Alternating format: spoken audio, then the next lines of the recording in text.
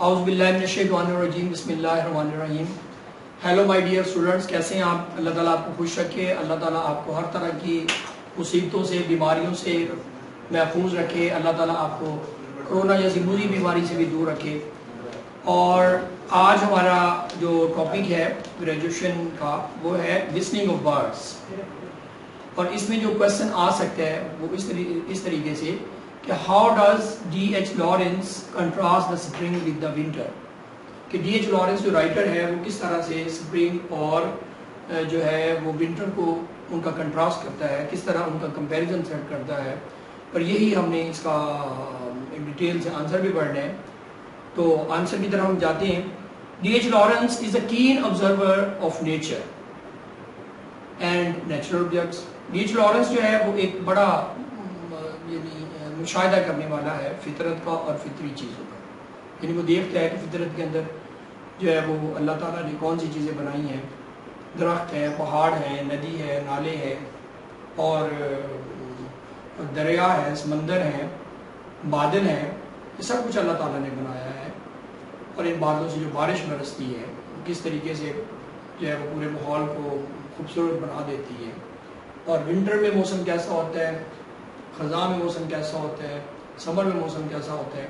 یہ ساری چیزیں جو ہے وہ فطرت کی عکاسی کرتی ہیں. اور اس فطرت کے اندر جو ہے وہ انسان جو ہے انسان ہو گیا، جانور ہو گیا، چرند ہو گئے، پرند ہو گئے، یہ ساری اس فطرت کا حصے ہیں. تو اسی طریقے سے رائٹر کہتا ہے کہ his love for nature seems to so immense that he feels one with it. کہ فطرت کے ساتھ اس کی محبت اتنی زیادہ ہے کہ وہ محسوس کرتا ہے کہ جیسے وہ جناب فطرت کا ساتھی ہے، جیسے وہ فطرت کے ساتھ رہ رہا ہے. Nothing beautiful and eye-catching in nature escapes his keenly observant eye.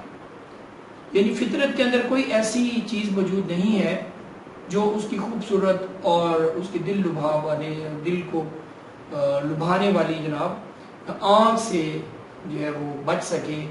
And he appreciates beautiful scenes and around us.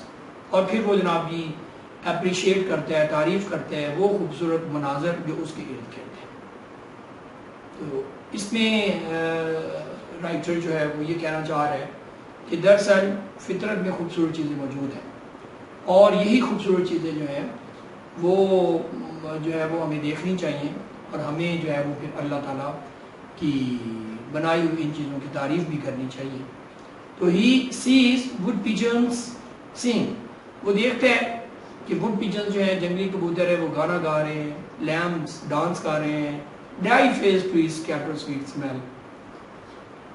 اور دو شاخہ جو ہے جو درخت ہیں وہ جناب یہ خوبصورت اور میٹھی اسمیل پھیلا دیتے ہیں. And flowers twinkle. اور پھول اس طرح کھلتے ہیں. Nature is within as well as without us. Writer کہتے ہیں کہ فطرت ہمارے اندر بھی ہے اور فطرت ہمارے باہر بھی ہے. یعنی اگر آپ فطری طور پر خوبصورت ہیں، اگر آپ فطری طور پر جو ہے وہ آپ کی آنکھ جو ہے وہ خوبصورت چیزوں کا نظارہ کرنے کے لیے جو ہے وہ آپ یہ سمجھ لیں کہ بے چین رہتی ہے، تو آپ کہہ سکتے ہیں کہ ہم جو ہے وہ پھر فطرت کے شیدائی ہو جاتے ہیں. اور یہی وجہ ہے کہ فطرت جو ہے وہ ہمارے اندر بھی موجود ہے اور باہر تو فطرت موجود ہی ہے. اگر آپ پہاڑوں کی رہنائیوں کو دیکھیں گے، اگر آپ جو ہے وہ دریاؤں کو دیکھیں گے، اگر آپ سمندروں کو دیکھیں گے، اگر آپ بادلوں کو دیکھیں گے، اگر جو ہے وہ آپ بارش ہوتی ہوئی دیکھ لیں گے، اور اگر آپ جو ہے وہ دنیا کے مختلف علاقوں میں جائیں گے، جیسے ہمارے پاکستان کے اندر اگر شمالی علاقہ جہاں پہ وہاں چلے جائیں، اگر آپ انگلینڈ میں چلے جائیں، اگر آپ یورپ میں چلے جائیں، اور اگر جو ہے آپ امریکہ میں چلے جائیں، سوئٹزرلینڈ میں چلے جائیں، تو یہاں جا کر آپ کو مزید آپ کا یہ احساس بڑھ جائے گا کہ اللہ تعالیٰ نے ان چیزوں کو کتنا ہی خوبصورت بنا دیا ہے. The spring spouts inside us while the winter is strangely removed like a fog of darkness. اب رائٹر کہتے ہیں کہ سپرنگ جو ہے وہ دراصل ہمارے اندر سے پھوٹتی ہے، اور جبکہ ونٹر جو ہے وہ ایک عجیب و غریب دور دراز جو ہے وہ جناب جی اندھیرے کی مانند ہے. جیسے اندھیرا ہوتا ہے دور دراز کا تو ونٹر ایسی ہے. اب ونٹر کے بارے میں تھوڑا سا بتا دوں کہ پاکستان کے اندر جب ونٹر آتی ہے تو یقیناً جو ہے وہ ہمیں احساس ہوتا ہے کہ سردی بڑھ رہی ہے, اور شدید سردی کے اندر جو ہے وہ ہمیں مزید ہمارا یہ احساس اور بڑھ جاتا ہے کہ جب جو ہے ہم کام نہیں کر پاتے, جب فوگ ہوتی ہے. لیکن انگلینڈ کے اندر اور یورپین کنٹریز کے اندر یا گلیشیئر کے اندر تو ڈسٹرکشن ہے, تباہی ہے. وہاں پر آپ کوئی کام نہیں کر سکتے, گاڑیوں کے پہیے رک جاتے ہیں اور ایندھن میسر نہیں ہوتا, اور لوگوں کی ایکٹیویٹی سرگرمی ختم ہوتی رہ جاتی ہے, اور لوگ جو ہے وہ سردیوں سے بچنے کے لیے اور اس جو ہے وہ آپ سمجھ لیں کہ سنو فال سے بچنے کے لیے لوگ اپنے گھروں کے اندر جو ہے وہ محدود ہو کے رہ جاتے ہیں. یہی وجہ ہے کہ ان کے لیے جو ہے جب مطلب روشنی نہیں ہوگی تو پھر ڈارکنیس ہوگی, اور یہی وجہ ہے کہ جب وہاں پر زندگی جو ہے وہ جناب جی محدود ہو جائے گی تو پھر تباہی ہی تباہی ہے. This is the same condition as that of birds that pass from one state to another.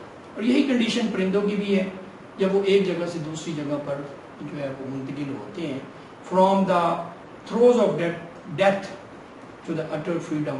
اور جب وہ جو ہے وہ موت کی جو ہے وہ موت کے منہ سے نکل کر جو ہے وہ یا موت کے تھپیڑوں سے نکل کر وہ جو ہے ایسی جگہ پر آ جاتے ہیں جہاں پر آزادی ہے.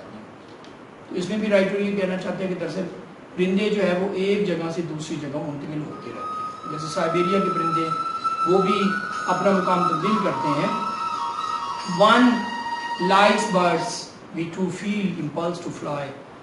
جیسے پرندے اڑتے ہیں تو ہمارا بھی دل چاہتا ہے کہ ہم بھی اڑے and liberate ourselves from the danger of life, اور ہم اپنے آپ کو فطرت کے جو ہے وہ خطرناک چیزوں سے اپنے آپ کو بچا, زندگی کی خطرناک چیزوں سے ہم اپنے آپ کو بچا لیں. یا فطرت جو خطرہ پیدا کرتی ہے وہ پرندے اسی طریقے سے ایک جگہ سے دوسری جگہ پر ان خطروں سے بچنے کے لیے وہ ایک جگہ سے دوسری جگہ پر چلے جاتے ہیں. تو لائک وائز انسان بھی ایسے ہی ہے, انسان بھی اپنے مسکن تبدیل کرتا رہتا ہے, انسان بھی ایک جگہ سے دوسری جگہ جاتا رہتا ہے تاکہ وہ اپنی زندگی کو پلیزنٹ بنا دے.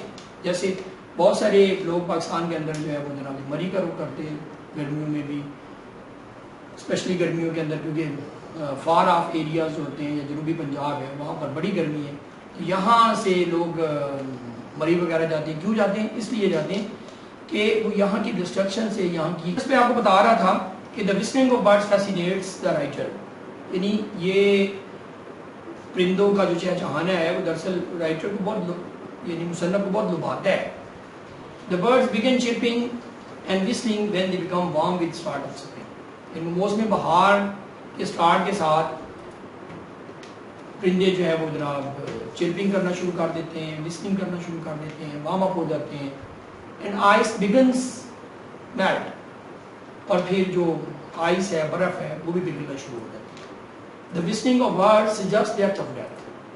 دراصل whistling of birds جو ہے پرندوں کا جو چہچہانا ہے وہ موت کے بعد موت کے خاتمے کو سجیسٹ کرتے ہیں.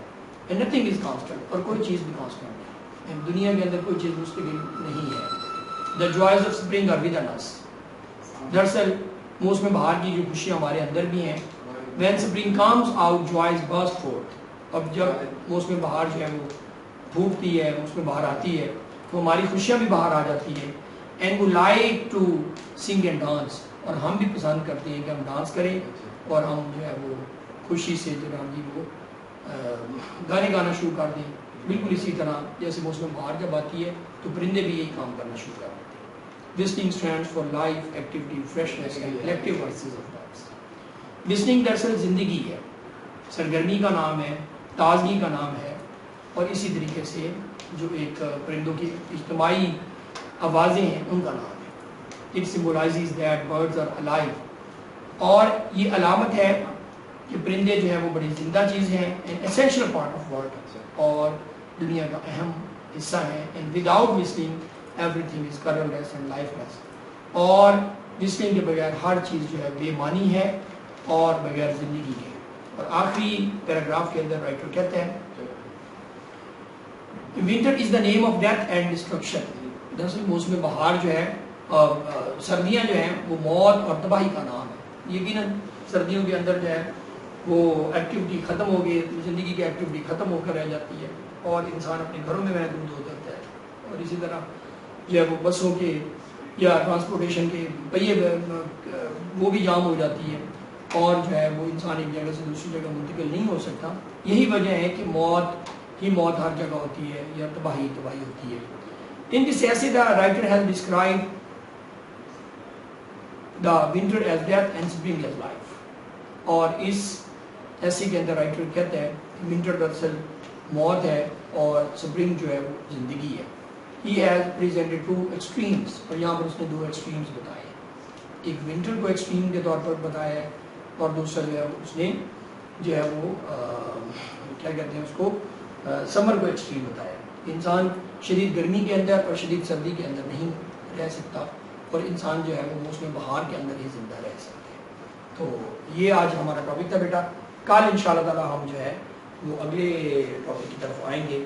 اللہ تعالی ہم سب کا حامی و ناصر ہو اور اللہ ہم سب کی مدد فرمائے.